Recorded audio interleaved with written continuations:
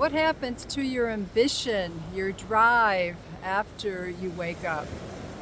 I want to talk about this because this is one of the first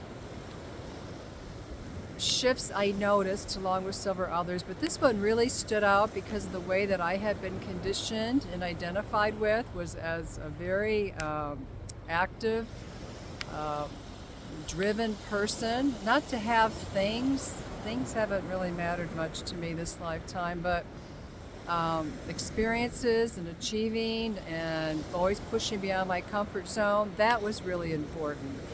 And that dropped away very suddenly. It fell away very quickly post awakening. So, what I want to start with, maybe you can relate to what I'll be talking about. I want to talk about some of the core false beliefs. And bear with me, it's a cold, sunny day in January. The sun's kind of coming in on me, so I have my hat on and my winter coat and sweater and long underwear. But it's a beautiful day here, and I wanted you to be able to see some water. It's very blue, very pretty. We're talking about some core false beliefs that we're taught very young that get us conditioned toward thinking that we have to do, we have to be busy, we have to make things happen, we have to achieve, we have to accumulate. All this programming is false. All you have to do is look at it and say, is any of this true? I want to get into some of these core false beliefs. One is the belief that we're separate. We're taught that we're separate. And so just by the fact that we're taught that we are separate beings means that we're somehow lacking and that we need to prove our worth. So this is programmed in, pre-verbal, very, very young. Another one, a core belief that we're taught fairly early is that doing is superior to being. We have to do, we have to make things happen. The belief, also false belief that ties in with this, is that we have to work harder, we have to do more, that all of this is very necessary. So you can see the mind being conditioned very early on that doing, busyness, making things happen is very important. Another core belief is that if we accept who we are as enough, or we accept that what we have is enough, that somehow we are not trying hard enough, that we're being lazy or irresponsible, or somehow that we're failing because we're buying into that we're okay just the way that we are. Another false belief comes from that our value stems from what we achieve and what we have. You could actually break these into two separate core false beliefs, but I want to look at this one for a moment. The belief that your value comes from what you have. Now, we're seeing this at least in the United States as I've traveled around the country, as new housing is going up, it seems like we're seeing McMansions being built everywhere. Although some people are opting for tiny homes, which is definitely not buying into this belief of having to have more or bigger or better. But there's also this core false belief that we have to achieve. We have to keep achieving. And if you've noticed in your life, it doesn't matter how much you achieve, at least I've seen this in my life, it's never enough. Pre-awakening, I'll give you an example. I was writing my dissertation for a PhD in depth psychology and somatic studies. And depth psychology is Jungian-based teachings based on the unconscious, understanding the unconscious. So here, after years of graduate school, I'm writing a dissertation, which is going to be about a 2-year project. And I'm writing a dissertation on a topic very near and dear to my heart, which is nature, the environment. I'm writing a dissertation researching on building resilience amidst climate change. And as I'm writing this dissertation, now I'm about a year in, it's very heavy, as you might imagine. I'm interviewing people around the globe who are on the front lines of dealing with intense climate change, severe damage from climate change, and trying to understand how they're cultivating resilience among all of this. along with all kinds of research going on around the world about the destruction of climate change. So this is just really heavy. I want a break. About a year, and I'm thinking, this is taking me down. I really need to take a step back from this. So I decided to take a 6-week break from the dissertation. But the break that I take isn't what would be considered a typical normal break. In that 6-week period, I decide to write a book. Now, it's a book on a topic that I love very much, on nighttime dreams, which is something I've been delving into since I was 16 years old, so most of my life. But it's a book. It's not a break. It's not taking time off to be out in nature more, to let go of writing, to get away from the desk or the computer. I mean, I'm writing in a really pretty environment. At this point, I'm living in a beautiful town in Central Coast, California, called Cambria, California. Beautiful, mixed all these pines, and I've got a beautiful ranch that I'm walking every day, but I'm still writing a book. This shows you how out of alignment I was with my pure nature. This conditioning went really, really deep for me. And this is what I noticed upon awakening that happened and changed. It felt like that. That ambition, that wiring, that conditioning around having to keep doing, this insane doingness that we have, fell away. And maybe you can relate to this.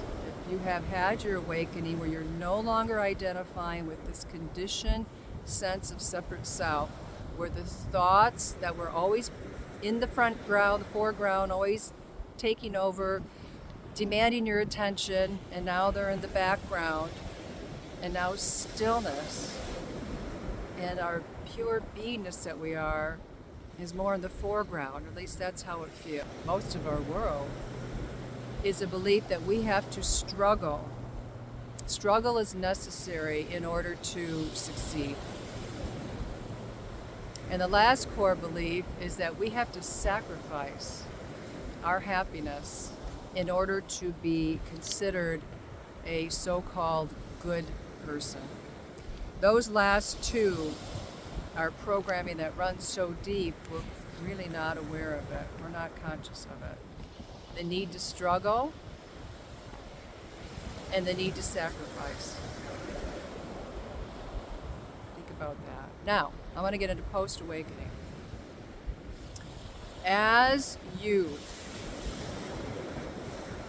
wake up from the identification of what the world deems is important, especially around making things happen and ambition, there's some significant changes that will be felt or are being felt if you're going through the awakening process. For me, this hit very quickly, and for 2.5 years, at least, maybe more, I didn't do anything except what needed to be done with respect to still working with clients, but even that was just a few. I really cut back. All the other things I was doing, and I had been a very active person, fell away. There was absolutely no desire, no need at all that was felt to have to do anything but be present. And so I spent a lot of that time post-awakening hiking and on my bike, just tooling around in nature. And really, the colors were brighter. Everything, it almost felt like being a baby again. I felt like seeing through eyes anew. And one of the things that happened was that the mind's restlessness, the part that keeps you believing that you need to keep doing, was replaced with a significant amount of stillness. And so when we're in that place and we're really present, then all the senses become more heightened. The visual, auditory, kinesthetic, all of it strengthens. We're having this experience in finite form, but now, without the chatter of all the thought, that thought stream that's so loud and noisy becomes still. And maybe not completely still, but to a large extent. So like even, these waves are real subtle, gentle waves.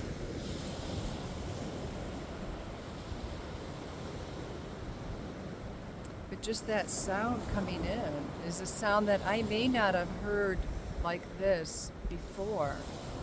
I would have been aware that they're sounding, right? They're making a sound, but the mind noise would have still probably been dominant for the most part.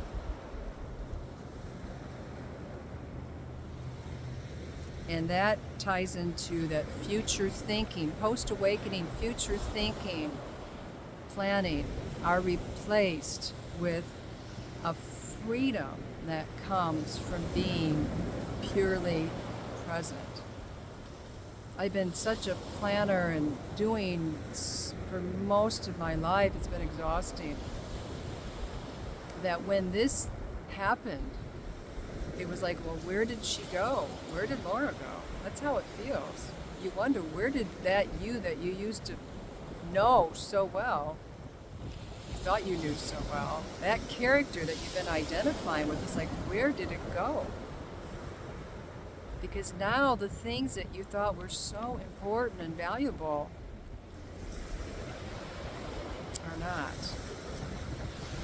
The body, post-awakening, is felt very deeply. Now this ties into ambition, because when you're feeling driven by the separate self, like when I was driven and taking a break from the dissertation and writing a book, that creates a lot of tension in the body. I had no idea, and I'm not exaggerating, I didn't have a clue how much tension this body was carrying until the awakening happened. No idea. Pre-awakening, there was a lot of activity. The body was very strong, seemed very resilient, just very active. A lot of mental activity, a lot of physical activity pre-awakening. But post-awakening, there was an amount of tension that actually created kinks and knots in my body. And I don't just mean energetically speaking. Of course, that was very, and I'm still working through that. The muscles.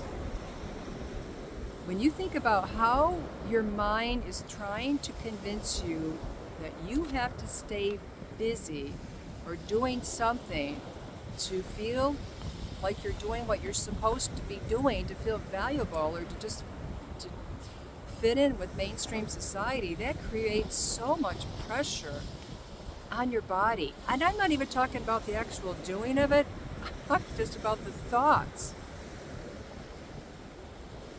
If the thought stream picks up now for me, and I haven't shared this before publicly, if the thought stream becomes active now in a way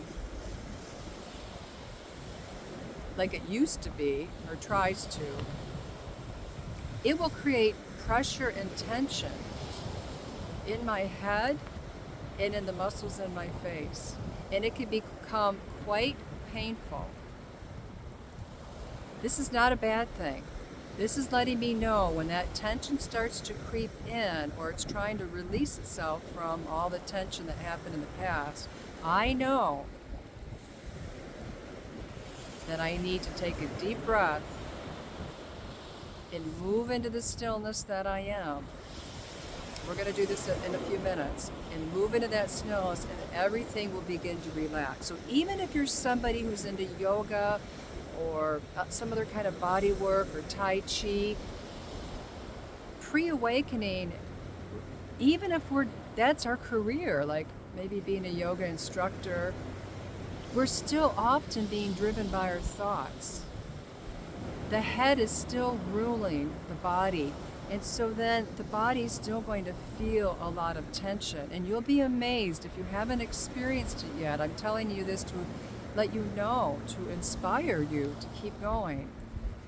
You will feel so much energy being released from a body that was tense for decades and decades. And even though in the beginning it was at times painful, over time it can feel quite delicious. Another post-awakening experience or belief is the old belief that we have to make life happen is replaced with I am life itself. So life is moving through this apparatus, this body mind that's in my consciousness, right? You are life itself. So you don't have to make anything happen. Not only that, but being aligned with the pure, effortless, loving being that you are, that seems to be hidden, maybe right now, behind the thought streams, those noisy, non-stop thoughts. Being in effortless being, anything that needs to get done will get done, and more efficiently, more effortlessly than you can imagine. This is really important to know. I've had people say, well, if I wake up, then I'm just not going to do anything. Nothing's going to get done. I mean, I can't just be here and hang out and do nothing. Look around me, are you sure? But everything gets done. It gets done because now instead of the mind creating a to-do list, pure being inspires you spontaneously. So like when these thoughts for today's video came, I wasn't thinking about a video. I was watching something, some comedian, old rerun, and getting ready to go to sleep when all of a sudden this bubbled through, and so I wrote down some notes. It's spontaneous doing, if you want to call it that. It's effortless doing. It gets done and it doesn't have the tension around it, and I gotta get this done, and there's no concern about time. I used to, like a lot of us, really be controlled by the clock. I had a certain amount of things I wanted to get done within a certain time frame. That is so limiting. Pure being doesn't operate that way. If the list for a talk comes up at midnight and goes on for 20 minutes, and I write it down, then I go to sleep, that's when it comes up.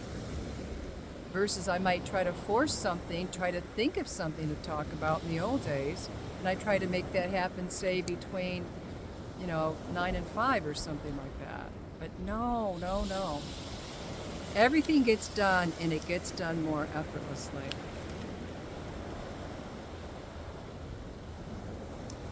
The other thing I want to mention, we're winding down here, but the old conditioning around ambition is that we have to have more, we have to have better, we have to have bigger, all that stuff. That nonsense. Post-awakening, the simple things become the most exquisite. Instead of waking up and looking at your phone, you'll get high listening to the birds sing outside your window in the morning. Instead of needing a glass of wine at night to relax because you've been so stressed out all day, you'll find it incredibly fulfilling to just see that last slice of light in the sky as the sun is setting.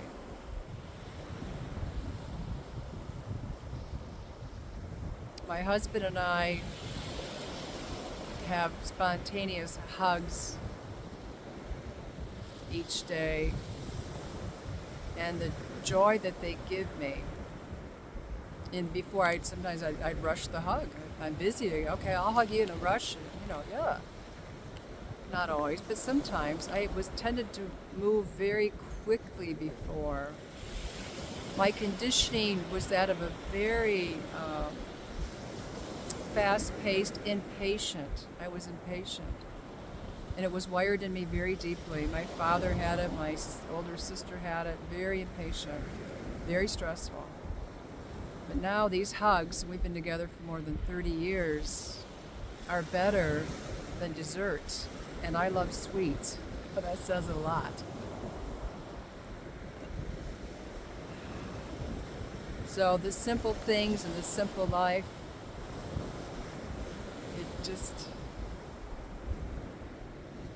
that gives us pure contentment.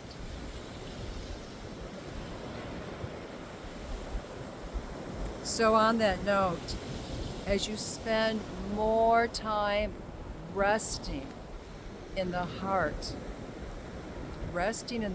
of awareness, abiding in your true nature, you can do that with me right now. You can hear the voice, hear the waves, but behind your thoughts, it's not really behind, but I have to use some words to put it in some kind of perspective. It seems to be behind the noise of the thoughts, seems to be in the background, is this pure, calm stillness. And it never changes. And it's always been with you. Always, forever and ever been with you. And this is where attention becomes quite a gift. If you put your attention on the background, rather than the foreground of the thoughts, on the background of stillness, you can rest here in this peace right now. You don't have to seek anymore. You don't have to read anything. You just focus your attention on the stillness. And watch as you do. Notice your body. It will relax. And there's an aliveness that comes through the body and your senses. And you feel more aliveness throughout your entire being.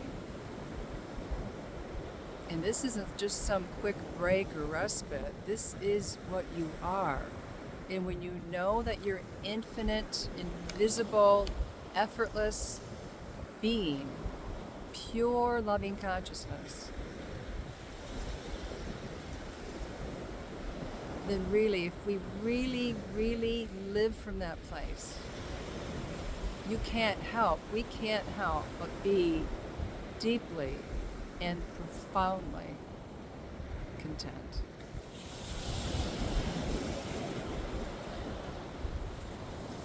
Thank you. Namaste.